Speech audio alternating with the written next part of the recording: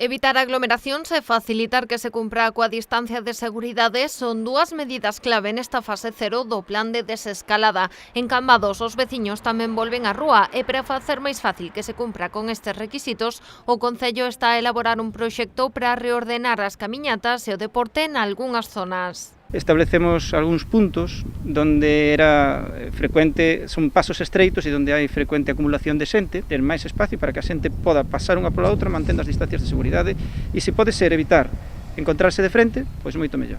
Unha das primeiras intervencións foi no paseo do Muíño da Seca. Trátase dunha das zonas máis transitadas de Cambados, polo que o goberno local optou pola dirección única. Establecemos un sentido prioritario de peatóns para que xiren no sentido contrario ás agullas do reloxo. Entre cada entrada se sinalou un xiro obligatorio á dereita para que as persoas vayan unhas detrás de outras e non haxa cruzamentos de frente. Outro dos puntos máis concorridos do municipio é a zona do Centro de Saúde na Avenida de Galicia. Aí tamén ampliarase a beirarrúa con mobiliario e sinalización urbana portátil. Temos, por un lado, entidades bancarias, por outro lado, o Centro de Saúde, non?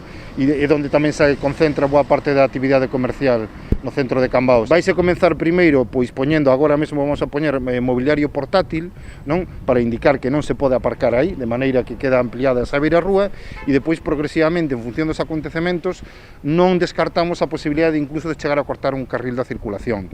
Ademais, o goberno local non desbota ampliar este tipo de medidas a outras zonas peonís. Faremos eso mismo noutras rúas, donde entendamos que é necesario adoptar este tipo de medidas para manter o distanciamento social entre as persoas. Segundo o Concello cambadés, até de agora os veciños cumpriron de xeito exemplar as medidas de confinamento, actitude que agardan que se manteñan nas seguintes fases de desescalada.